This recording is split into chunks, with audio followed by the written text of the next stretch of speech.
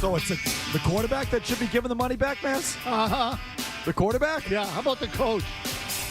Hey, I hear the Brockton High job's going to be open soon. How about the coach and his cronies, too? You know Mike Lombardi's making like $1.5 million there? So you know how we feel about Stephen A. Huge fans, huge supporters. I feel like he's a little bit behind the curve on that commentary. Murray was just getting ready for the show. You didn't hear the part in the middle of that comment. You hear Jimmy. Play it again. Yeah, did you get it, Mazz? Oh, yeah. Go ahead. Because we all know that Brady owes just as much credit to Belichick as Belichick owes to him for those 6 championships. Brady owes just as much credit to Bill as Bill owes to Brady for those 6. I feel Stephen A. on this one, a rare misfire from our guy Stephen A. Yeah, that's definitely a misfire because as last night proved yet again, one party was far more responsible for the 20 years of success than the other was. I've said many times on this show, all I root for nowadays is failure and funny, and last night I got a tidal wave of both. That I couldn't have scripted that better. That's the most I've enjoyed watching a sporting event since the Super Bowl and the shellacking of the Chiefs. That was just the best, especially with the start, too. Like, oh, he's back. Still got it. Oh, does he? Does he after the scripted touchdown? How'd it work out after then? After that, the fat quarterback the fat lefty quarterback couldn't complete a pass for 2 hours. He really can read the room with quarterbacks, too, because then you put in – he takes him out and puts in Brad Johnson's kid, a kid who has, NFL quarterback lineage. Hey, turns out he's tall and can actually throw the ball. Way to read the room there, though, Bill. All of it. It just, the touchdown, oh, he's back. The insufferable and incessant knob-slobbing that Herb Street and ESPN were giving to Belichick in this merry band of grifters like Lombardi in the pregame through the first quarter. Oh, you put the team together. He's the GM. Oh, let's focus on him and the girlfriend and all the dignitaries in the box. About the only other 2 people who enjoyed last night more than me had to have been the owner and his son who got in the way around here. Didn't they, Bill? It was got to be so easy. It's so easy. He's the best ever. College football's child's play. Any decent NFL coach can coach circles around, even the best college coach, right? That Bill Belichick with North Carolina is going to be Urban Meyer with the Jacksonville Jaguars, period. And I don't care if they win the next 2 games, which are layups. It's now over. You're not making the playoff. You lose to TCU, who's not ranked. Like that at home, you're not making the playoff. This is only going to hurt his legacy, and I am here for it. That was borderline pornographic last night. I enjoyed every single second of it. That was the best. Okay, we're going to start off with some thoughts on this. It is a Big Boy Tuesday. Hi, Greg. Hi, guys. Greg Bedard of the Boston Sports Journal, brought to you by Best Ford in Nashua. Looking for great deals on a new Ford? Go to the Best Ford in Nashua on the web at thebestford.com. Talking football, Patriots, NFL. We're going to start with the Belichick stuff. You can join us at 617-779-0985. What'd you make of last night there, Greg? So I'll just let you know, I didn't watch a ton of it. I had it on one TV screen. I was certainly interested in the beginning and then the debacle a bit as it unfolded. A couple things. And this is going to go for week 1 college football, week 1 NFL. I am just not one of these guys that is going to overreact to stuff. I just can't do it. And I look, as far as Belichick goes, I will say that I do think it's rich because these guys have just had this arrogance, whether it's Lombardi or Belichick, about we're going to be the 33rd NFL team. We know how to do it. We coached in the NFL. We're going to run this like an NFL team. And, Sonny Dykes, who is a really good coach at TCU, has been for a long time, just sort of stuck it to Belichick, and I'm sure a lot of college coaches were sort of giggling at it, that, this is a little bit different, Bill. But one thing I do want to keep in mind is that UNC, have you looked at their schedule? It's really easy. They don't play Miami. They don't play FSU. Clemson's the only really good team that they play.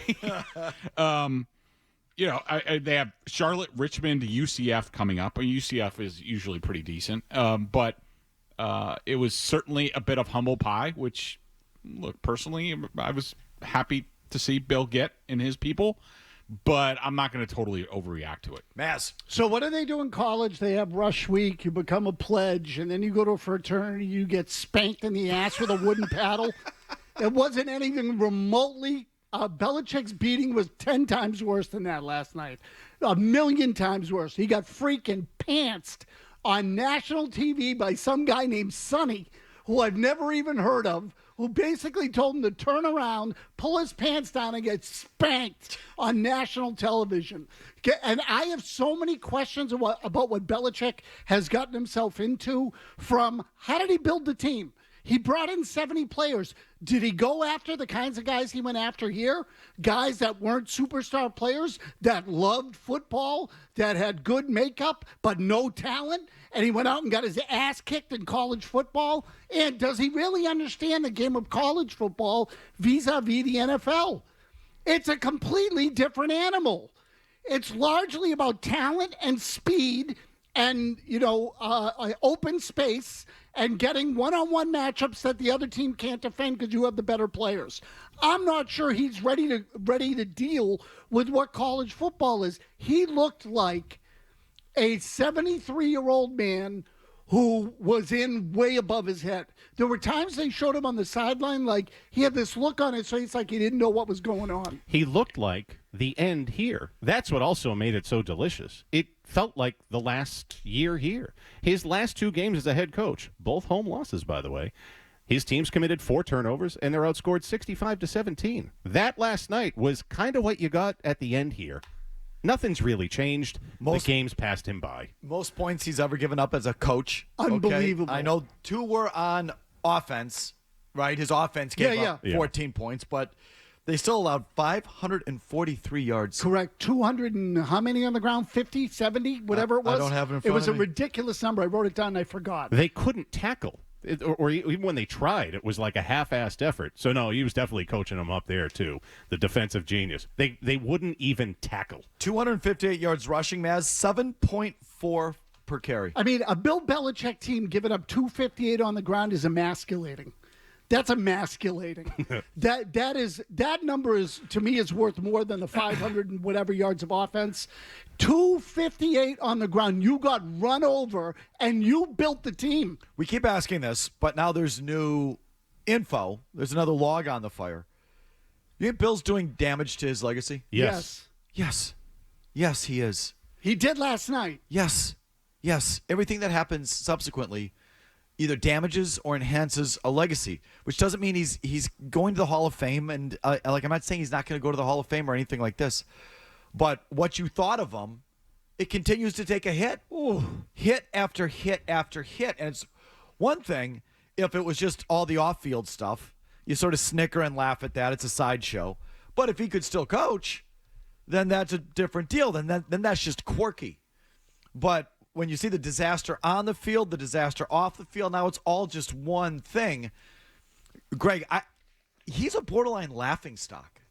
People are laughing at him. That game, I'm not online, but you guys shared like memes and all the stuff that was going around. Mm-hmm.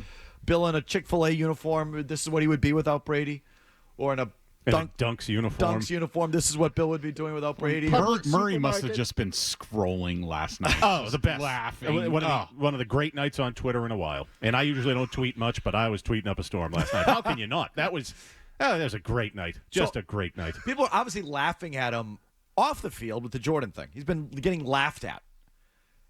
Last night was a laughing stock on the football field. Yes. So, yeah, I think he's doing damage, Greg. What do you think? Yeah, I would agree with that because you put it together with how it ended with New England the last couple seasons, and this rolls right into it. And I totally understand it. I am a little bit cautious, and again, maybe I'm just wrong and naive because a lot of this stuff happened when Tom Brady was here, or almost all of it did. But I'm reticent to completely write him off because, Bill said last night, and I found the quote, that he said, I know we're a lot better than that. Again, maybe I'm naive that I still, when Bill says something like that, then I'm prone to believe him, but maybe I'm just wrong. Maybe I just have it wrong, and I'm too conditioned, and too much of it was Brady, and I've been slow to realize that. But I'm not going to write him off yet. I just think he's too good. I like a lot of the coaches on the staff. Freddie Kitchens is there. I know Murray loves him a lot. Steve and Brian are there. Steve did a nice job for Washington last year on their defense. I don't think, whatever they gave up last night, I don't think that's indicative of where they are. I think a lot of it is these guys got over their skis. When you change out 70 players in one offseason and you go up against a TCU team where the storyline for them is continuity. They have their roster is one of the most intact from the year before in college football. That's where I think the disparity is, and I just think those guys are too good as coaches not to improve over the course of the season. He looked blindsided. He looked like he wasn't ready for what he got into. That's the only way I can put it. The shots of him on the sideline and the result on the field, they did not look ready for it. Did you kind of feel bad for him? No. Oh, good. Okay. No, how could you? No, he didn't look ready for it. I mean, how could you with him with the way he's conducted himself all the years? Like, they say there's a limit to empathy. That sort of thing you look at and say, I didn't have much empathy for him. He went in thinking it was going to be easy. I'll jump into North Carolina. I'll turn them into a winner. He got his freaking ass kicked. And people remember it, and again, not that it kills what you were as a player or a coach. I mean, our father will always tell you, our fathers will say, remember Willie Mays when he hung on and kept trying to play? And apparently Willie Mays hung on just, really an absurd degree and was really sad to look at the end of his career because he kept going. But he's still Willie Mays, right? But you ask your dad, he's like, yeah, remember when Willie Mays kept playing? Like, you remember it. People are going to remember this last chapter with Belichick. Definitely. On the field, off the field, the whole thing. People are going to remember it. You remember when Bill lost it? Like delusional, out to lunch, old man. Like he's turned into a laughing stock. Vinny, were you able to pull that picture of him at the podium? Can we run that on the simulcast? Oh, this too. Did you see this? Yeah. Did you see this? So when you see Bill Belichick at the podium post game, it's just a tight shot with the UNC backdrop behind him. But they had around him, and you need a wide angle to see it. I guess we can't run it on the simulcast, but just Google it.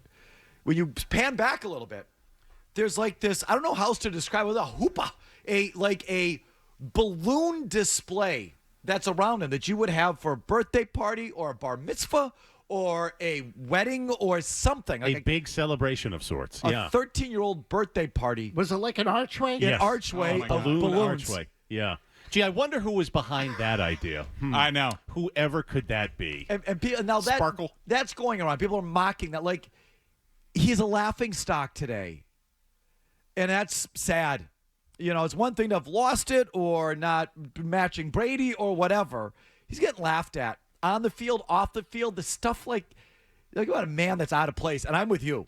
Who put the balloons there? Jordan Hudson. Who was in charge of the decorations? She's the one that's getting all these trademarks for all these sayings, like it's going to be a wild success there. That is pure Jordan Hudson production right there. It's so corny. It's just like, dude. So do you think Michael Jordan and LT are going to be there week 2? Exactly. That's it.